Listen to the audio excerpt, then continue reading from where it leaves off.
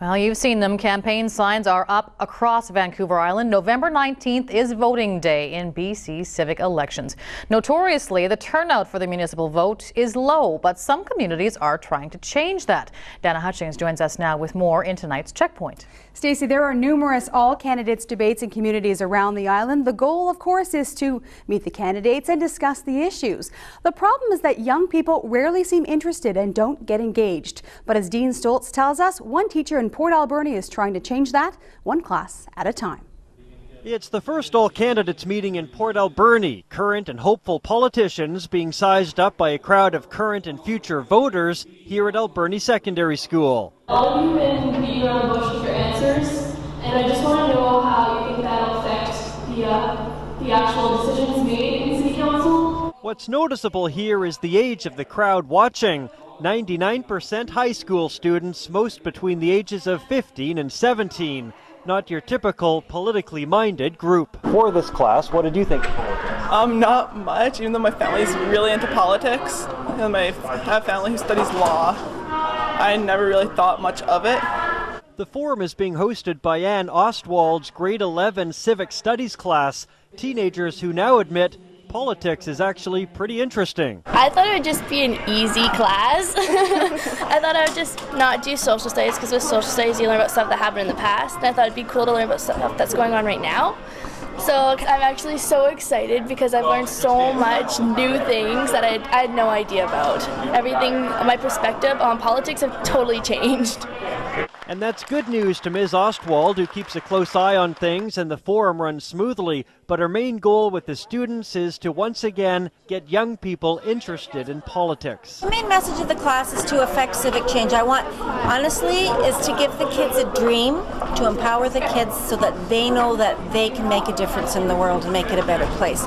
There's a need out there, fill the need. You can do it. You've got resources, you've got intelligence, you've got creativity. The students in her class won't be able to cast a ballot in any election for at least another 2 years, but at least now they know why it will be important to do so. One day we will be the ones who are supposed to vote, and I think we should be really into it and know what we're voting for. Myron Jesperson is running for council. He says the students here seem to be getting it. The nature of the questions that they raised, I think, were really good. We're really to the heart of what's the connection between City Council and them and how it affects their lives. Because we're younger and we can't vote, we still want to have a voice and be able to give our opinions into the community, and we want people to know how we feel. And our Checkpoint question tonight, are you planning on voting in the upcoming municipal election, and what issues are concerning to you in your community? You can tweet us at check_news, on Facebook at facebook.com/checknews, or email checkpoint@checknews.ca. And you can also answer the question in our Checkpoint web poll by going to our website. That's www.checknews.ca. Stacey, from affordable housing in Victoria to jobs on the North Island, we've received a lot of responses about what election issues are important to you. Our Checkpoint question, are you planning on voting in the upcoming municipal election, and what issues are you concerned about in your community? Here's what you had to say in Port Alberni and Nanaimo.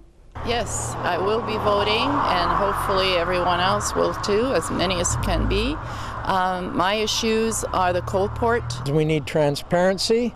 We need openness, and we need councillors that realize that governance is important. Helping the homeless and also making sure that people get jobs. It's pretty much what I'm interested in. I'm really clueless as to who's out there that I could vote for. It's just, I hope there's a good turnout, but I'm not sure. Promoting Nanaimo as a resort for tourism, bring money into the town. The economy, number of jobs in town. How the city's actually spending its money, some of the things I don't quite agree with. So I don't have any issues that I'm concerned about. It's important to vote. And your social media responses. Kim on Twitter says, I will vote. I live in Cowichan and I'm concerned about the new proposed recycling depot location. Aaron George says no, because nothing ever gets done that we want. Everything gets done what they feel is right or what they want. Mike Vardy says whoever votes no can't complain about anything for the next 3 years. Seriously, don't even try. And results from our web poll so far, 85% say yes, they will be going to the polls. 15% say no, they will not be voting.